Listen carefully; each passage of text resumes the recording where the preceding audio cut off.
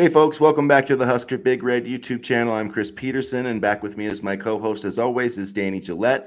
And we're here on Monday mornings, and we're going to talk some fallout about this Minnesota game. We're going to do a live stream on Thursday night, but it was just too depressing, and I was too pissed Yeah. off, Yeah. frankly, to just even deal with it. So we've had a few days to recover. Still painful, thinking about. I've been running the Uh, plays over in my mind the two false starts, the fumble, the interception in the end zone, the third interception, the face mask on the fourth down, the 4th and 10 that was converted, just all those things. If one of them, how many times have we said that though? If one of those plays doesn't go Nebraska's way, they would win. And anyways, it seemed like a twilight zone, man. and the no touchdown call on Gabe Irvin's run, that was absolutely brutal. I don't know how you can call that, not a touchdown. And people say, oh, well, it was, a bunch of compounded mistakes. It wasn't just that call. Well, in a game like this, that call loomed extremely large. And yeah, man, it felt a lot like 2021. Absolutely a great play from the defense, energetic play from the defense.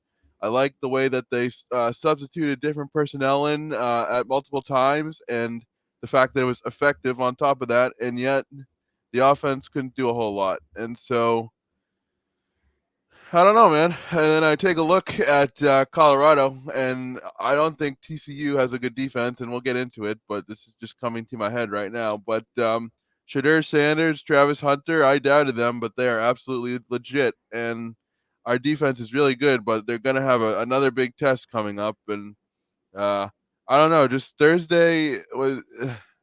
It just seemed like more of the same, and we already had people calling for the firing of Matt Rule and wondering whether Dion would have been a better choice. To that, I say let's wait a couple more games before we can make that declaration. But Husker Twitter, it's never rational. Well, yeah, it was pretty brutal to lose, It and then was. to see, Colorado go out and win the way that they did, which is a game they very easily, I think TCU sitting there like, how did we lose that? We ran for 262 yards compared to 50. TCU out rushed Colorado by 207 yards and still lost because turnovers. I mean, they had a turnover Mhm. in the red zone, and that ended up costing them the Travis Hunter interception. But yeah, the Gabe Irvin play, because the thing about it is the next play, Jeff Yeah. Sims throws a pick. I mean, that was the dumbest. I don't know what he was thinking. That right there was when he threw that play, I was like, oh crap. When he threw that interception, I was like, because there was no reason to throw that pass. And the guy on TV is like, oh, he didn't see him. How the hell did you not see him? Like that was the one thing you could not do was throw an interception, and he did it. He did it twice. I mean, like the last one, he literally just back-footed and just launched it across the middle of the field. Didn't there was basically 4 or 5 Minnesota guys and one Nebraska guy. Like he could have ran, taken a sack, thrown it out of bounds. Any of those things would have been better, except just like off your back foot. Hey guys, like that's exactly what he did, and that's why we lost the game. But 26 games, 26 picks. So I don't know if getting Jeff Sims out of the trans maybe that was a mistake, and pushing Casey Thompson out the door. And I know Casey had a great game on Saturday. They also played Monmouth, so I mean, Yeah.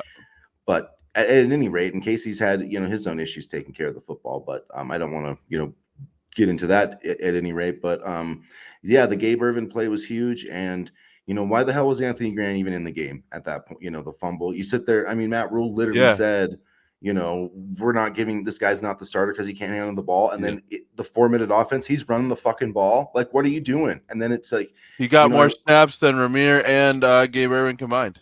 yeah, and then I hear, it's like Sean Callahan wrote, "Oh, Matt Rule's frustrated about it." Well, he's the head coach, so if you don't want the guy in the game, maybe you should tell somebody. Maybe you should have the running back in the game that you want because you're the head coach. I mean, that can't handle this type of stuff. I mean, that's Scott Frosty type crap. If Anthony Grant can't hang on to the football, why are you entrusting it to him in the most important spot in the game? Because if he doesn't fumble that, we win the game, like 100%, Yep. game over. I mean, you have the ball at the 50, 4 minutes left. I mean, but it's just the offensive line obviously was terrible, but the two false start penalties, and then the second drive when we kicked the field goal on the, to go up 10-3, like, I mean, right there, I was worried. I was extremely worried because you just can't let teams hang around like that in a one-score game and expect to win. It's just you just can't do it. Not to mention that their wide receiver Kroom was having a field day on the slants and the post corner routes. And he's a really good receiver. There's no doubt about it. And for what it's worth, we did make life tough for Callum McManus, and he still was able to put them in positions to succeed. And I thought our run defense was really good, but it was just we didn't give up too many chunk plays, but the ones we did give up, loomed large given how our offense couldn't necessarily get anything going. Yeah, I mean, you had to like the defense. I mean, they were rallying to the football, making plays. I mean, the first, everybody was talking about the 3-3-5, and Tony White came out playing 4 defensive linemen. So it's like the 3-3-5 doesn't matter that much. It's just what they're calling the scheme. But at any rate, Nash had a great game. I thought that Malcolm Brown was spectacular. Deshaun Singleton was, really great. Newsom played well. Hartsock had his moments, but that he obviously gave up the biggest play of the game, which was tough. I'm sure he doesn't feel great about that. They got toasted on that one pretty That was a bad. nice move by the wide receiver, though. That It was it really good route running. was it was and it was yeah, it just was a bummer to see. Yeah, It's like you had absolutely. your help inside, and he knows that. It just he got beat on a great move. So great players make great plays. You just have to tip your hat. But overall, I thought the defense was pretty solid. The thing that worried me was the pass rush. There wasn't much of a pass rush. I mean, we got a few sacks, but that concerned me. I did like some of what I saw out of Cameron Leonard. I thought he held up pretty well in the run game, so I think he's going to keep playing quite a bit. But yeah, it was weird too. Like Elijah Judy, we hadn't heard him at all, and he was out there playing snaps in the first quarter. So it was just, I know they were playing a lot of guys, but yeah, just there were some curious decisions, and I am on offense, man. Like I don't know if if they've been talking up Thomas Fidone and he's not been that, but he didn't even receive a target in the game on Monday or on Thursday, and it didn't look he didn't look great to me. No, and I think it became very clear early on that we don't have the horses at wide receiver. For all talk about Jeff Sims not throwing the football, we don't have the weapons at wide receiver right now. And I was thinking of Xavier Betts the entire game because he would have definitely made a difference out there. And I think I hate to say next year already, but next year's recruiting class is when we'll begin to get some more of those weapons in. But right now, I don't necessarily know if there's a go-to guy at the wide receiver spot. No, well, I was really just I mean Billy Kemp was a no was excuse me was a no show. Um, Washington played well, and turns out he was suspended for the first half. So hopefully that's not the case this week. But he made a couple of nice catches there in the second half. But yeah, it's not there aren't any guys that can create a ton of separation, and hopefully they can get Malachi Coleman and Jaden Doss and some of these freshmen up to speed because they might really need them now, especially. It sounds like Isaiah Garcia Castaneda is going to be out maybe for the season. I mean, Matt Rule said just looked like a severe injury after Thursday. So I mean, maybe they'll get fortunate and it won't be. But if it's a tear of some sort, he's obviously going to be down. And he was starting the game on he started obviously because Washington was suspended, but still, it's just there's been a lot of shots to that depth chart. Yeah, I was thinking about Xavier Betts too. There's just that speed of being able to throw the football to somebody, in a swing route or something. Nebraska just doesn't have anybody that's like, hey, we have to, if we can get the ball into this guy's hands, like good electrifying things will happen. Nebraska doesn't have a single player outside of, I guess, Jeff Sims running the ball, but there's not a single player on this offense that an opposing defense has to like scheme for. It really has to worry about. And even Jeff Sims running the football, I worry about how many hits he takes no matter what. You can, learn how to fall and things like that, but I just worry, he had a great game rushing the football, but I don't know if I like him rushing the football that much throughout the entirety of the season. Yeah, 19 times is not that's not sustainable. He's not going to last if he runs the ball 19. I mean, and this is a guy that's he's never played, he's never made it through an entire season healthy. So, I questioned that. And I mean, Gabe Urban had like what 7 or 8 carries for 55 yards. I know he had a 27-yard run, but it's like, why aren't you giving him the ball more? And I thought the same about Ramir Johnson.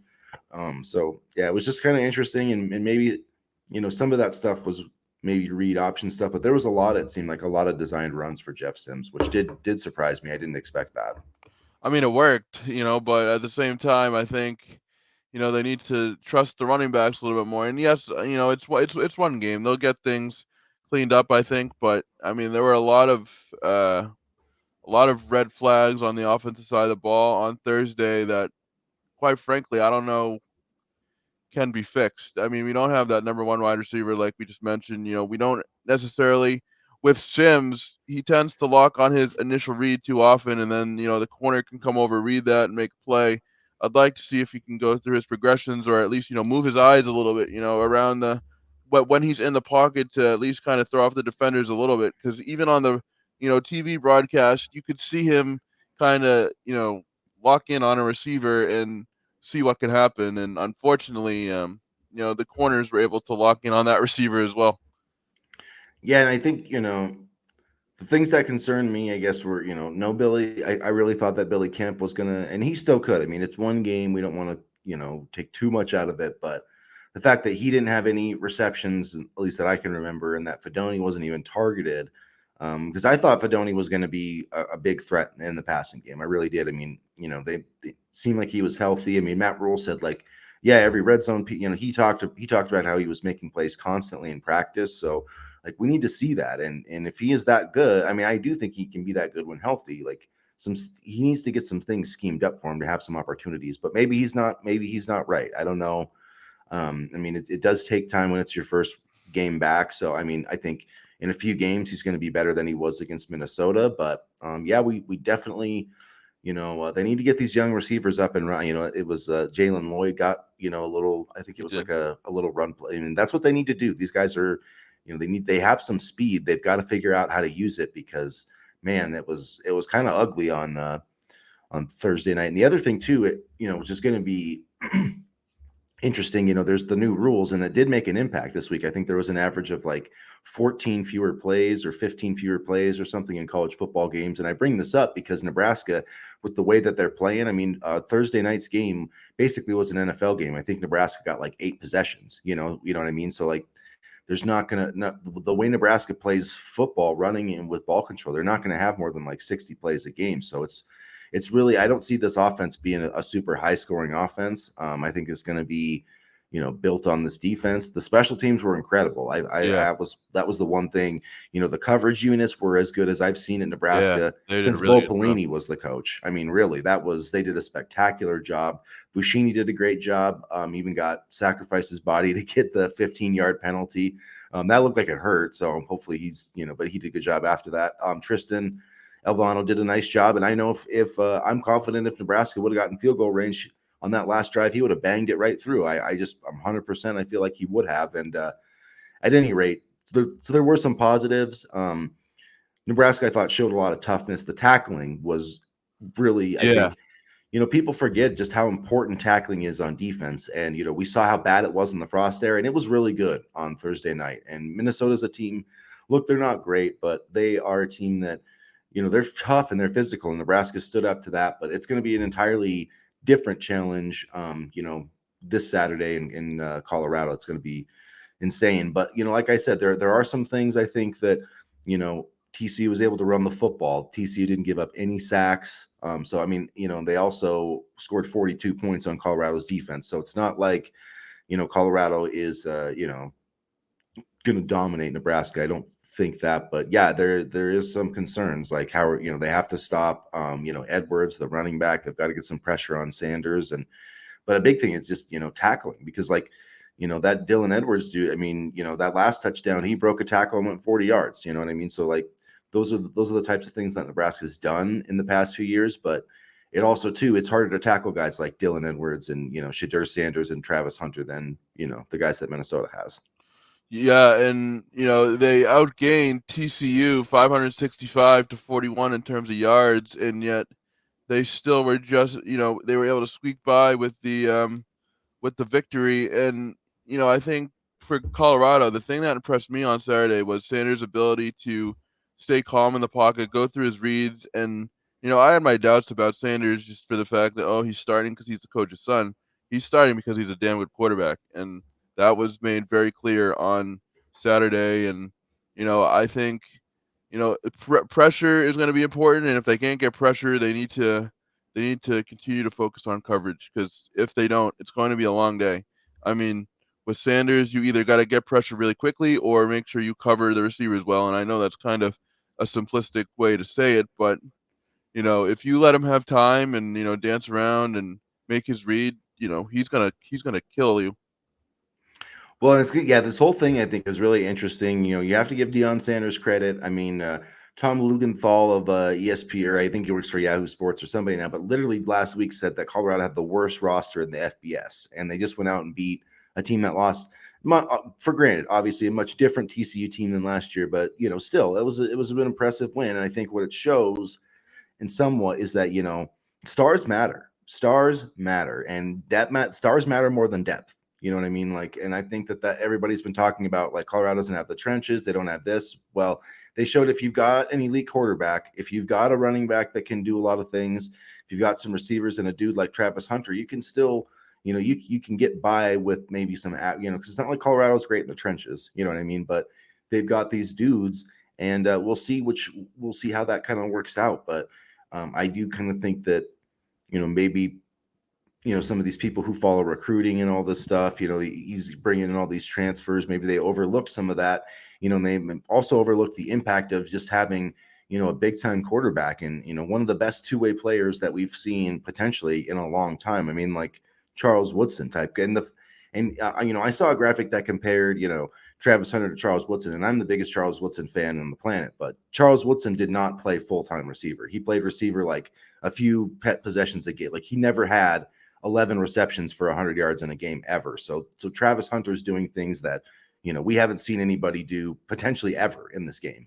I don't know how sustainable it is, but I Yeah. will but I will say that we get them in week 2, so it's still going to be sustainable when we have to face them next Saturday. And the thing about it is, it's not just Travis Hunter. It's Edwards, who had 135 receiving yards. It's Xavier Weaver, who had 118 receiving yards on 6 catches. It's Jimmy Horns Jr., who had 117. And if I'm not mistaken, he's the son of Joe Horn, which kind of makes me feel old. But anyway, they have weapons everywhere. And, it's not just one guy that's, an X factor. It's 4 legitimate ballers at the wide receiver position, or who can catch and make plays. And, I think it's going to be very important for our secondary to, if they're not going to get home, make sure they can at least cover well, because if they just let these guys run all over the field, then it's going to be, a long day. And one of the things that caught my eye when I watched the game on Saturday was their ability to be in sync with the quarterback. Hunter did a good job of coming back to the ball when Sanders was out of the pocket. Same thing with Weaver and Horn. They did a good job of kind of being in sync with the quarterback on their routes, and that made life difficult for the defense. So I don't know, man.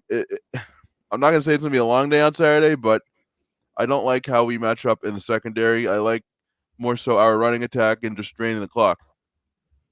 Yeah, Nebraska's definitely going to have to play, some ball control type offense. And it's, yeah, whoever, Colorado wants to play a game, like the one they did on Saturday, and Nebraska's going to want to play a game like they did on Thursday. And whoever kind of wins that matchup, whoever can establish their kind of game, I think is going to have a good chance to win. I'm not looking at this like Nebraska has no shot to win this game. I Right. mean, we'd feel very differently if Anthony Grant didn't fumble that ball. We'd feel very different. And I know we've heard all that crap like a million times as Husker fans, and we're sick of it. But I do think that this team, did do a lot of good things. The defense was really great. Yeah. Matt Rule, the physical, I think, just aspect of it, and the with the offensive line, Turner Corcoran, like, you wrote about. I'm hoping that Teddy, Prohashka can start this week, because it's just clear that he's not a left tackle. He just is not a left tackle. And Minnesota's not even a team with a great pass rush, and he No. just got smoked. And Turner was yeah, awful. and then the penalties, and just it's tough to see, but some guys just aren't built to be, some guys aren't left tackles. And Turner Corcoran, I think he can be fine as a guard, but the dude's not a left tackle. So just pray that Teddy can get healthy, because he's probably the only true I'm not going to say the only true left tackle on the roster, but probably the only one that's ready to play right now. I really do like Gunnar Gatula. I mean, I feel like that he could probably do better than a 0 pass protection rating, but Yeah, it's tough I to mean, throw. You just don't know what you're going to get from freshmen, so it's tough to throw them into a Big Ten game. but at least you would develop Gatula right. Yeah, Teddy that's had true. Teddy had never been developed right. And I hate to go back to the Frost era, but they really, really screwed up a bunch of linemen. Greg Austin was worthless. Frost was worthless. I mean, they Prajaka was, or no, no, excuse me, Corcoran was the number one recruit in Kansas, and there was talent there, but he's just so far behind in terms of development, and he's never been able to, get it back or get it together, whether it be injury, consistent playing time, overall skill. It's just, you know, I don't want to say he's completely, helpless, but I feel like he's just too far behind at this point in his career to really kind of find his groove. And it's I'm kind of on another topic, but Yeah.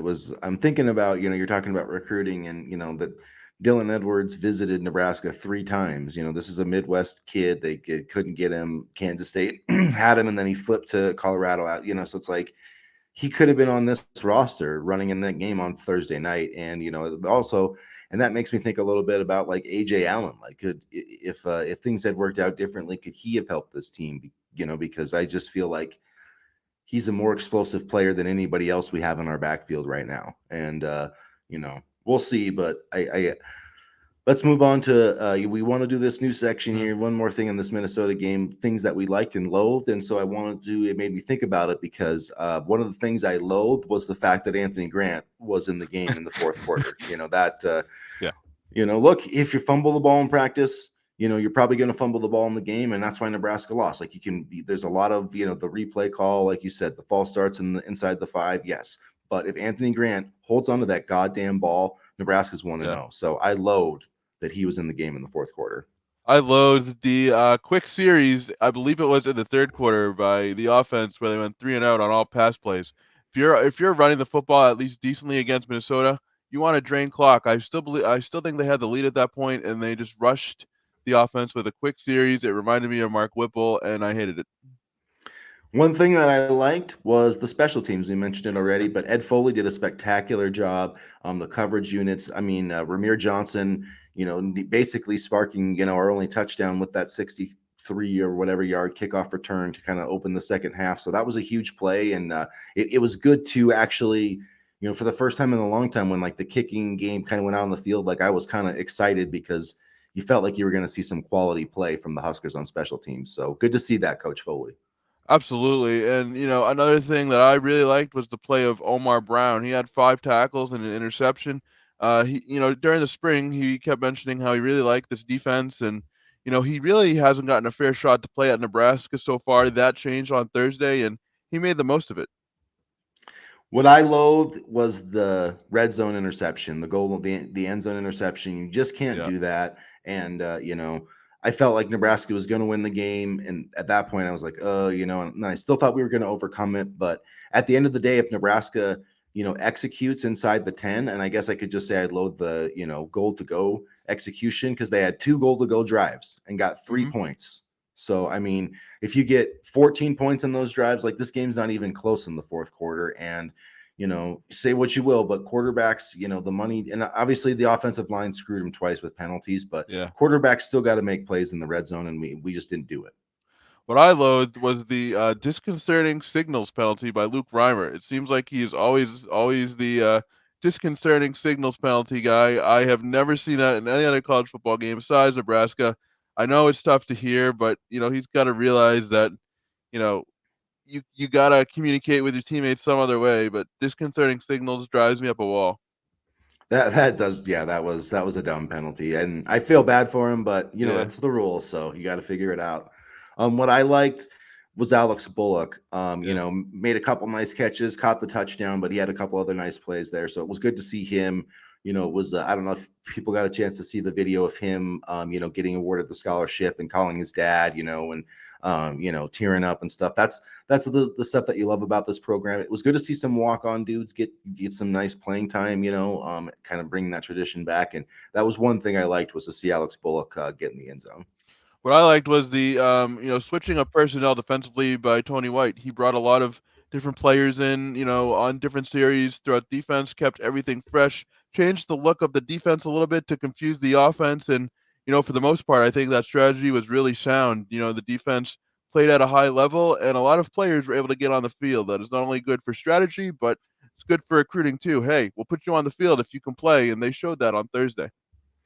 One final thing I loathe was the targeting penalty on Ty Robinson. I Yep, mean, I understand roughing the passer. I think, yeah, sure, you could give him the roughing the passer, but he should not have been ejected. And I think he has to miss half of this game against Colorado because of that first half, penalty. I believe. Yeah. So I mean, I just like there was no intent there for him to hurt the player at all, and I just thought that like why do you have replay if you're not going to get the calls correct? Like the missed touchdown, the targeting call. It was clearly not targeting to me, and it really disappointed me that Ty Robinson now has to miss a game for what I thought was a totally sure it deserved maybe a penalty, but it wasn't targeting in my opinion in any way, shape, or form. They need to change that rule. You just took mine, but I can think of another thing really quickly. Honestly, Jeff Sims' ability to pass the football. I mean, it was really concerning to watch him, try to pass. He looked kind of, hesitant when trying to pass. He didn't go. He locked on his receiver, which made it easy for the defense. And if he continues to do that, it's going to be a long year. I know people want to, throw Satterfield under the bus. I thought he had a decent game, but when you have a quarterback that, quite honestly, didn't show a ton in terms of passing skill set on Thursday, you're limited. And it's very clear that Sims struggled on Thursday. I hope he gets things turned around, but like you mentioned, look at his stats, and what we saw on Thursday is what we might get through the entire season. Yeah, definitely. I'm very worried about that. We'll see and we'll see on Saturday how things go. Hopefully, he's finding out what it means to be a Nebraska quarterback this week. This ain't Georgia Tech. So, hopefully he can rally and play, one of his best games this week and get people off his back a little bit. My last thing that I liked, and I mentioned it already, but the tackling. I mean, there was guys flying to the football. There was some big hits. There wasn't a ton of missed tackles, and that was refreshing. And I thought that was a really good sign moving forward, was that this team was flying to the football and tackling really physically. One more thing I loathed was Nebraska fans calling for Matt Rule to be fired after one game. I mean, shut up. It's one game. Shut up. Dion looks great and everything, and he got all he has better players and things like that. But I mean, it's one game.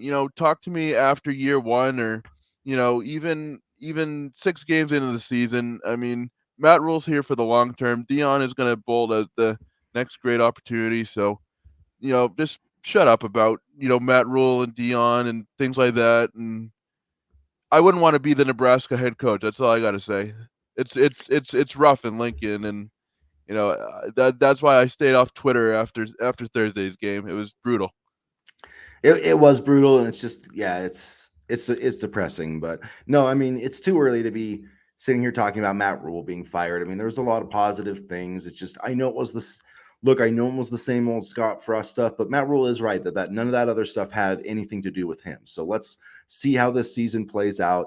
And you made a really good point. Yeah, Deion Sanders, maybe he is going to be the next, great thing at Colorado, but he's not going to stay at Colorado. If they win a bunch, he's going to be gone in 2 or 3 years. And like you said, Matt Rule's going to be here for a long time, I think, if everything works out. And, we'll be cranking out 9-10 win seasons. But yeah, this game is going to be a challenge. But look, I like it because, like I wrote for HuskerBigRed.com, if Nebraska can come out and win this game, that will totally change the narrative about, and Nebraska football will be the talk of college football then, like, oh, Nebraska barely beat Minnesota, but they came out and beat Colorado and, da, da, da, da, da. So, I mean, even though, it doesn't feel great right now, things can change really quickly in this sport, and one win can totally, turn around your season. So we'll see what happens Saturday. I feel like Nebraska is going to be motivated. I think they're going to be able to prove something. That doesn't necessarily mean they're going to win. I mean, they'll probably go out there and play great for 3 quarters, and at some point have a 90% chance to win, and then probably probably blow it. But I don't think Colorado is going to run away with this one, I guess, is the main point I'm trying to make.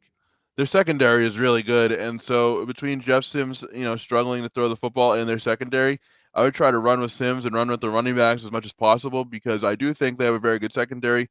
like I said earlier, I don't think their front seven is particularly strong, especially on the left side. So I try to run it and control the clock as much as possible. Give your defense a rest offensively because I think they're going to have their hands full on Saturday, and that's not a knock on them. That just speaks to like we said earlier. I think it was four receivers with over 100 yards for Colorado. I mean, sure it's TCU, but they have some playmakers over there in Boulder. Well, they definitely do, and I can see. I would think that Quentin Newsom would be handling Travis Hunter. That would be my thought.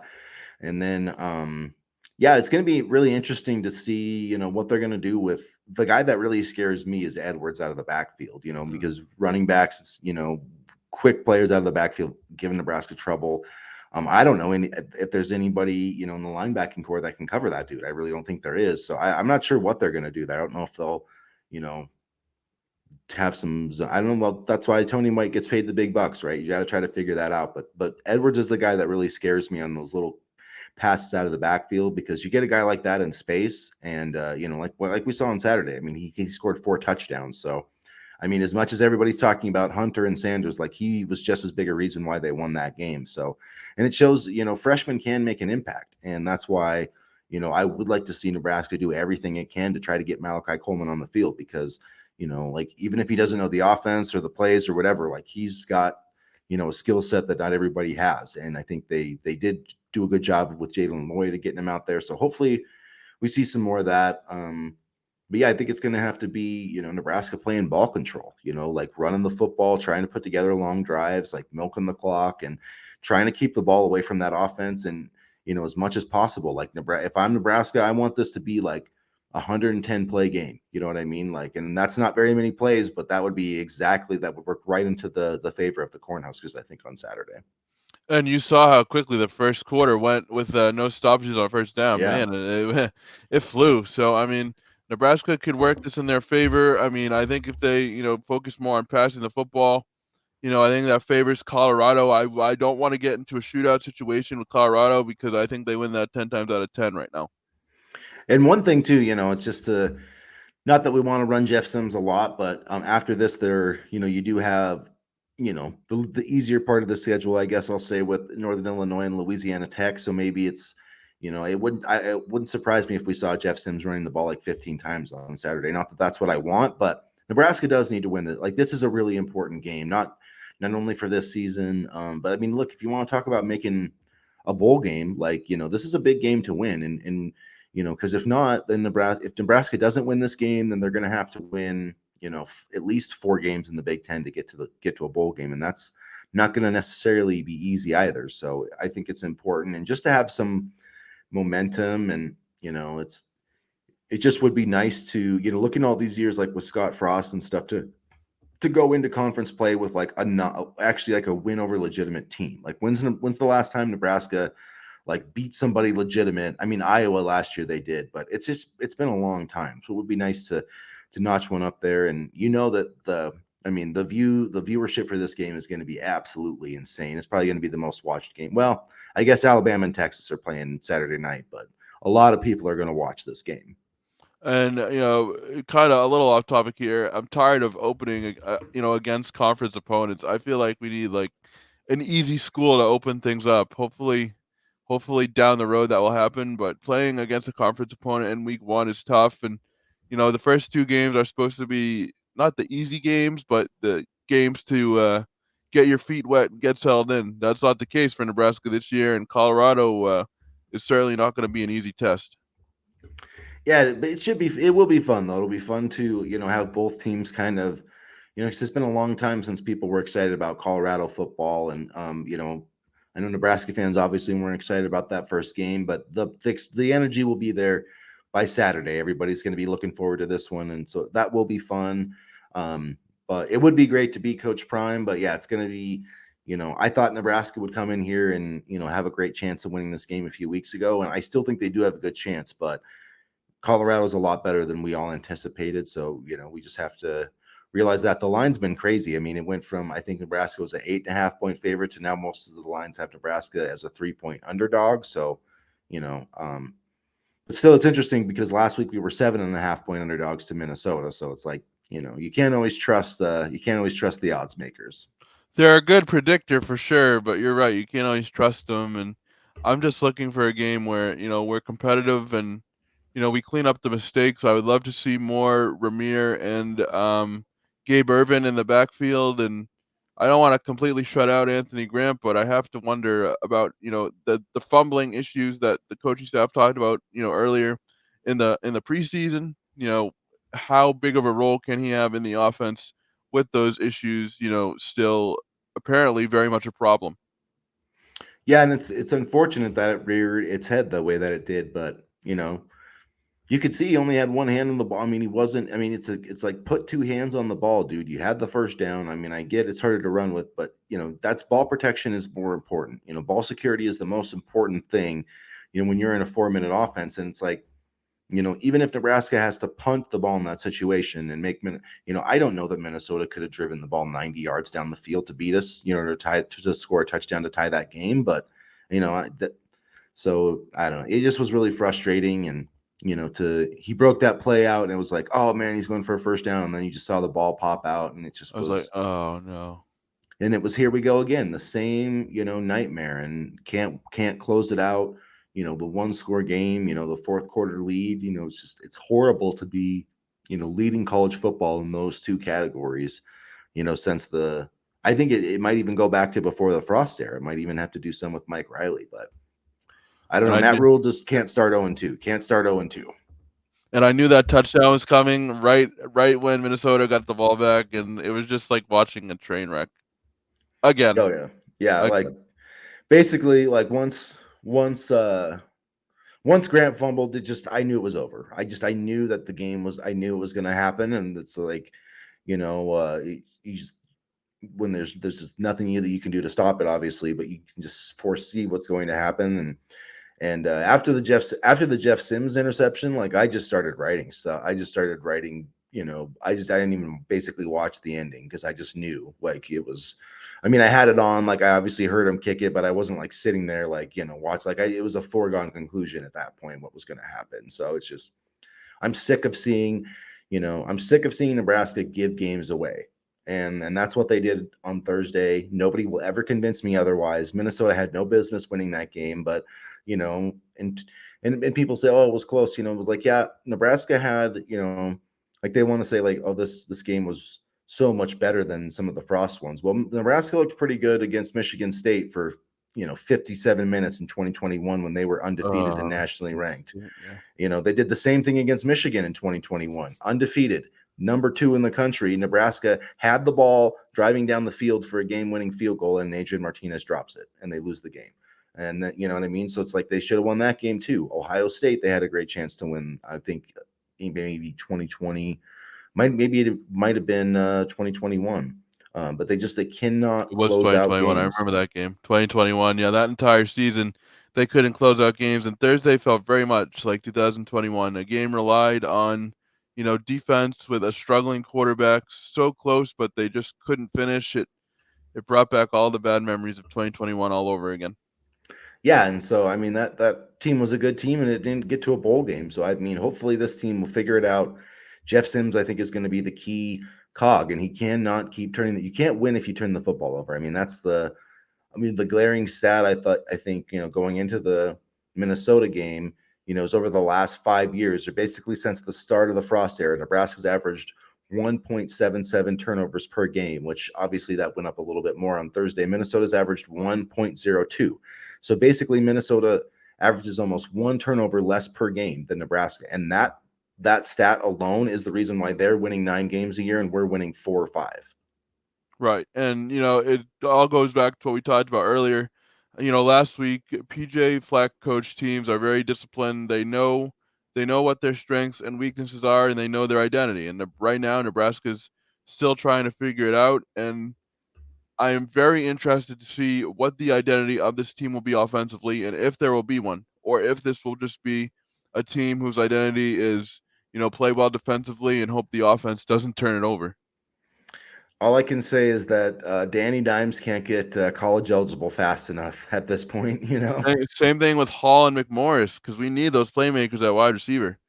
And while we're at it, throw in Carter and Nelson if nobody's going to do anything at tight end. But we'll see. It's only one game, but I mean, you look at the 2024 class, and they check off a lot of boxes that we need right now. Uh, Yeah, they do. Yeah, it'll be, Carter Nelson's been tearing it up, so it'll be fun to see, what some of those Hunter guys do. Booth, the running back, has been Yeah. he was going bananas on Friday. So we need that too, apparently, because every because even our running backs are not up to par. So you Yeah, know he had over 300 yards on Friday night. he may be more than just a walk-on player. He may actually make an impact. But I mean, man, just trust the process. It's year one of a rebuild, and I'm excited for 2024, but I'm also excited for right now, and we'll see what happens next weekend. Next weekend will, I think, tell a lot. It will, and yeah, I mean, for just my last thought, I mean, yeah, even if Matt Rule has a losing season this year, which nobody wants to hear, it's too early to fire him. Don't let's just calm down, hop off the ledge, and let's let the season play out. But we'll see what happens on Saturday. So thanks you guys for listening to another episode. Make sure that you guys subscribe, hit that subscribe button, hit the like. Please comment. Let us know what you think about this game. I know everybody's in a tough spot right now as a Nebraska fan. It's hard to Yeah. be a Nebraska fan. Let's just say it. It is Yep. hard to be a Nebraska football fan, but we're here to get through it together. And we'll have another pregame. We'll have a pregame stream, I believe, this week. Our schedules kind of got mixed up a little bit last week, so it didn't quite happen. And then, of course, it just was too depressing to try to do Yeah. a post-game stream. that would not have been good. So, but join us on Saturday morning. We'll do a Nebraska football chat, and we'll get you guys ready for Colorado, Nebraska on Saturday. So, thanks again, everybody. Check out HuskerBigRed.com, and as always, go Big Red. Go Big Red.